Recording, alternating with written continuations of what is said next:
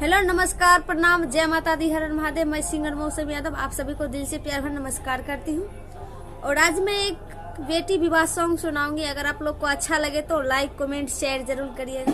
चलिए सुना रहे हैं। बांसा केरा बेटा साए उगलै किरनिया की सौसे नगरी भाई गेलै सोरा हो पापा।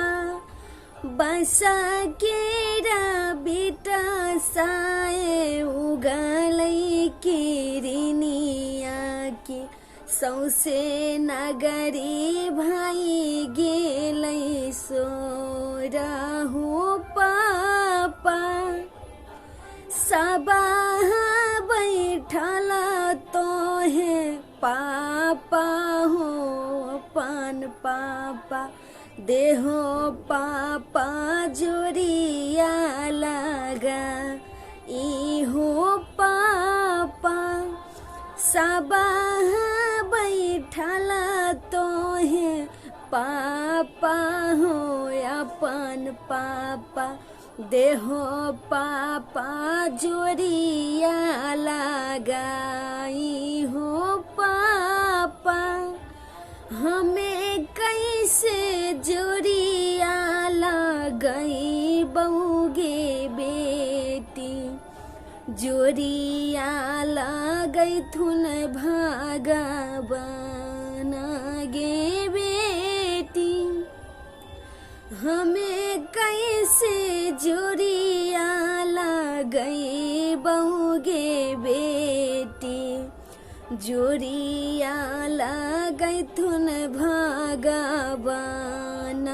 गे बेटी।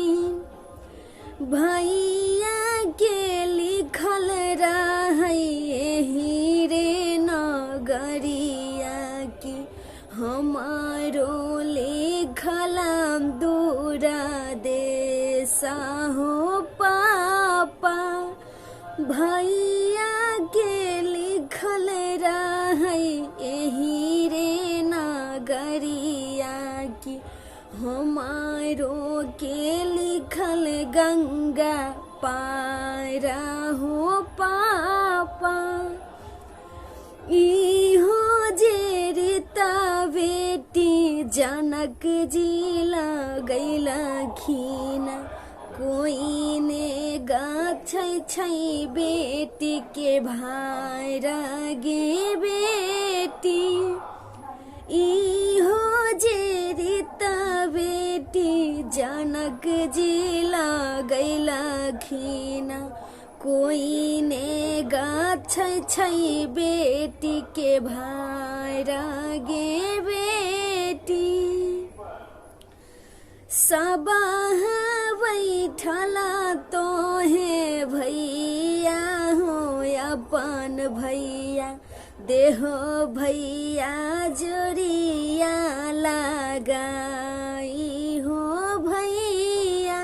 कैसे जोरिया लगई बऊगे बहिनी की जोरिया लगई थुन भगवान गे बहिनी। हमें कैसे जोरिया लगई बऊगे बहिनी की जोरिया लगई थुन भगवान गे बहिनी। तो मेरे प्यारे दोस्तों, यही सॉन्ग था। अगर आप लोग को अच्छा लगे तो लाइक कमेंट शेयर जरूर करिएगा। अगर चैनल को सब्सक्राइब नहीं किए होंगे तो एक सब्सक्राइब जरूर कर दीजिएगा। जो नए हैं उनके लिए बोल रहे हैं। चलिए, धन्यवाद।